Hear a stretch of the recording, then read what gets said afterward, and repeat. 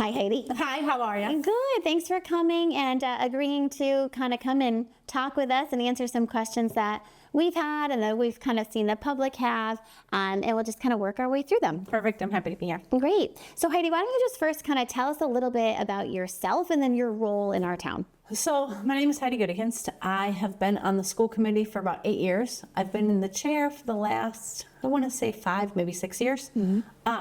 I've seen us going through, all these different budget things.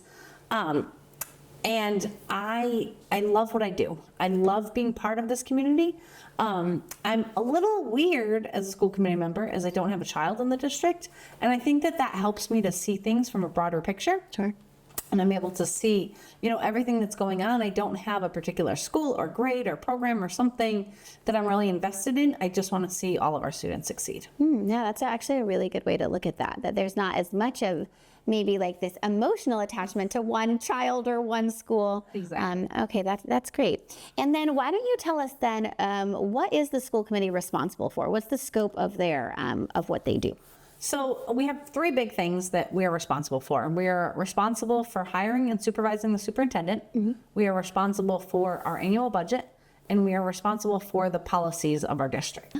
Big responsibility, definitely. What changes have you seen taking place over the past 8 years? Where were we 8 years ago? I think since I've started, we've always been making cuts to our budget. So we have never had a level service budget. There's always been places to cut. There's been easy cuts that can happen. We have a lot of times cut positions based on attrition. So if somebody retired, not filling that role, or transferring somebody into there. So we weren't looking at actual people losing jobs. We were looking at positions being lost. We have tried since the beginning of my time here to make very little impact to the students, right? So we're trying to get rid of the things that maybe aren't as necessary, aren't as important.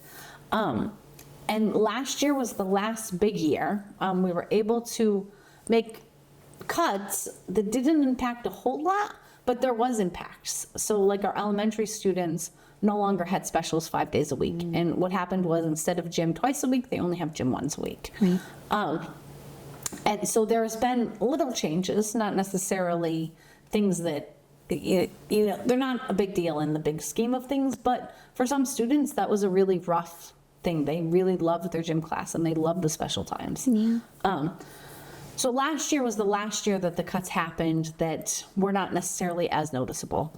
And this year, if the cuts happen, they will be incredibly noticed. Lots of changes for all the grades in our district. Tell us about kind of like why you're able to cut off of the specials, but maybe not as much on different areas. So what's mandated, what isn't, and how does that work?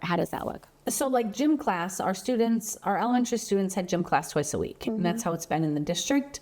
They only have to have gym class once a week. Gotcha. So that's a requirement. Twice a week was a great thing for them. Like there was no harm in that. It didn't hurt children. But when we had to make cuts, we had to look at going back to what we actually have to do. Right. So going forward, we're going to be looking at things like languages, and can we still offer languages in the middle school? We don't have to, but that's a great perk that we have, and that's something that we love doing. And so I think it all comes down to what we have to do versus what we do because it's just a good thing to do. Yeah, sure. And so much of what the students really look forward to as well. In a heavy academic setting where there's a lot of learning and memorizing and sitting still, to have those specials or, that time to go into a language where you feel more creative. And I know from experience and I know from my first grader that those are a lot of the things that the students really look forward to during the day.